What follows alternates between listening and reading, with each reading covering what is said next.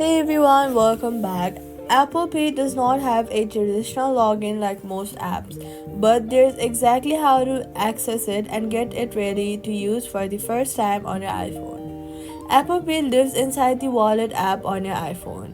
First, make sure you're signed in into the Apple ID. Go to the Settings app and then look at the very top. You should be able to see your name.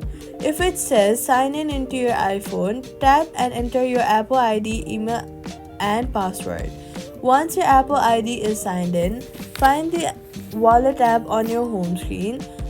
It looks like a card wallet. Open it, and if you have cards already added there, to use Apple Pay to pay anywhere, you do not have to open the app. Instead, just double click the side button on your phone and the wallet app will open ready to pay.